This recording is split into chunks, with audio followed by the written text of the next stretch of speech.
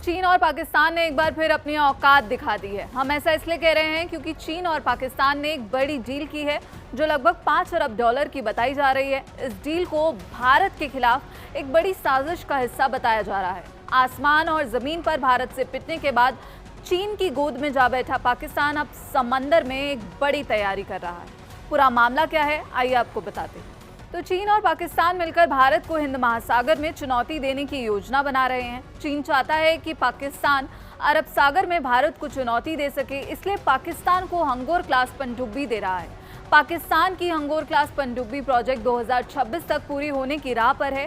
ये प्रोजेक्ट चीन पाकिस्तान नौसेना साझेदारी का मुख्य हिस्सा है। ग्लोबल टाइम्स के अनुसार पाकिस्तानी नौसेना के चीफ एडमिरल नवेद अशरफ ने कहा है, ये प्रोजेक्ट सुचारू रूप से चल रहा है। चीन में दूसरी और तीसरी पनडुब्बी के हालिया लॉन्च ने दोनों देशों के बीच नौसेना सहयोग के लिए एक बड़ा मील का पत्थर साबित किया है। टाइप 039 युआन क्लास के डिजाइन पर आधारित ये पनडुब्बियां समुद्र में पाकिस्तान की रक्षा, निगरानी और साथ ही हमला करने की क्षमता को भी कई गुना बढ़ा देंगी। ये पाकिस्तान की पानी के नीचे जो युद्ध है उसकी क्षमता को बढ़ाएगा। अब आइए जान लेते हैं कि आखिर हंगोर क्लास पनडुब्बी की खासियत क्या है। हंगोर या टाइप 039A युआन क्लास की पनडुब्बियां एडवांस सेंसर और हथियारों से लैस हैं। इसके अलावा इसमें स्टर्लिंग एयर इंडिपेंडेंट प्रोपल्शन तकनीक भी है जो पानी के अंदर इसकी क्षमता को बढ़ाती है। ये पनडुब्बियां 2 से 3 हफ्ते तक बिना सतह पर आए अंडर वाटर रह सकती हैं। 2015 में पाकिस्तान ने चीन के साथ 8 हंगोर क्लास पनडुब्बियों की खरीद के लिए कॉन्ट्रैक्ट पर साइन किए थे।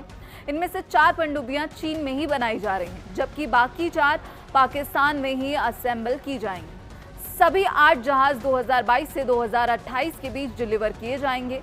पहली पनडुब्बी अप्रैल 2024 में लॉन्च हुई थी। इसके बाद इस साल 2 और लॉन्च की गई। अशरफ ने इस प्रोजेक्ट को दोहरी सफलता बताया है।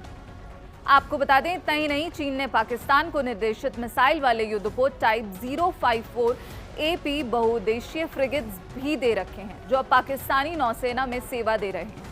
पाकिस्तान से उन्नत सबमरीन है। इनमें स्कॉर्पियन क्लास की INS Kalvari S21, INS Khanderi S22, INS Karanj S23, इसी के साथ INS वेला S24 शामिल है। इसी के साथ भारत भी ऐसे कई प्रोजेक्ट्स पर काम कर रहा है ताकि जो समुद्र की सुरक्षा है उसे दुरुस्त किया जा सके।